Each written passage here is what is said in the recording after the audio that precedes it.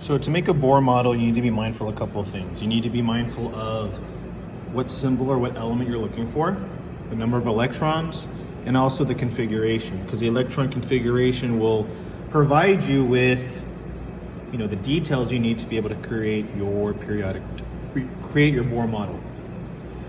So, C is carbon. Let's go all the way over there if you can see it. Probably not. This is blurry. All right, so carbon has 6 electrons and nitrogen has 7 electrons, assuming that they are stable atoms without a charge on it. So really quick, hold on. So 6 electrons, 7 electrons. I get this from the atomic number, which is technically the number of protons.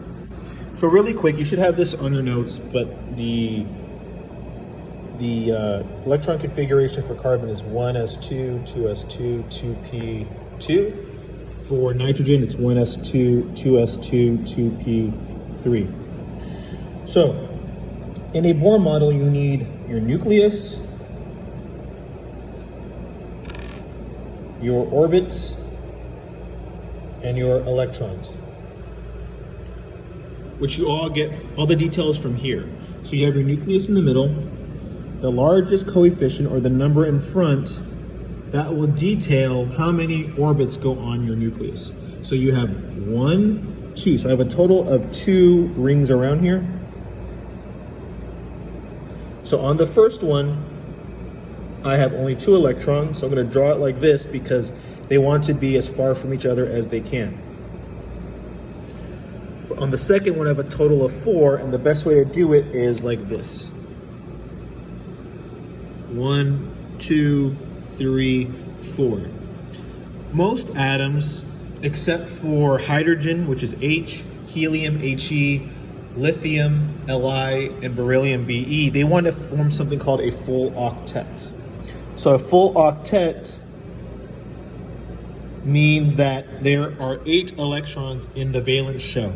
The valence shell is the outermost shell of that particular atom. So for example, carbon, this one right here is the valence shell. So I want to eventually pair these 4 up with another 4 somehow, either through stealing electrons, losing, gaining, etc. We'll talk about that when we get into forming a bond. So for now, this is my Bohr model for carbon. Nitrogen, I'm going to contrast carbon with nitrogen. So I have my nucleus. Again, I have 2 orbits on it.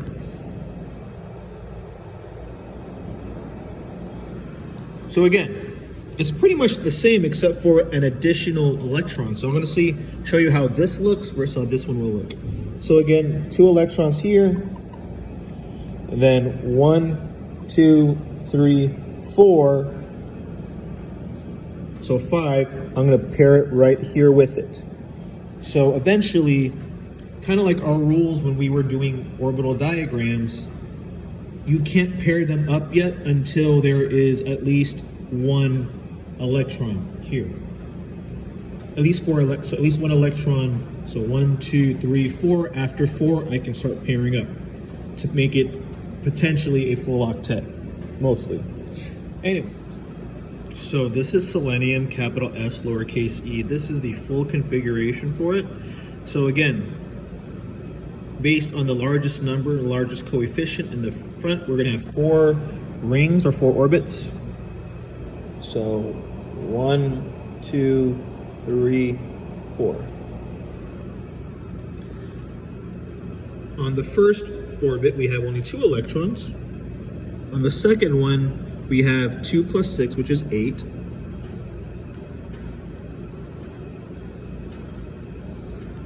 If you'll notice, on the third one, we have 3s2, 3p6, and 3d10. So 2 plus 6 plus 10 is 18. So I need 18 electrons on here.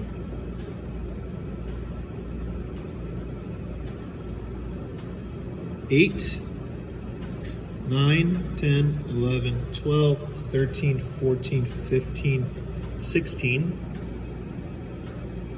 So then I'll put 17, 18. Just to kind of pair them up as much as you can, but if you have any few extras like that, that's okay too.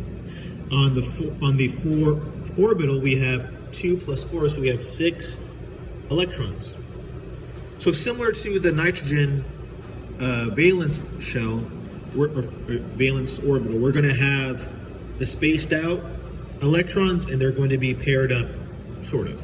So 1, 2, 3, 4, 5, 6. Now that these are paired up, for where we're at in, pre-AP chemistry, these are kind of set, they're ready to go. So these pairs of electrons, they're not going to react or form bonds, for us at least.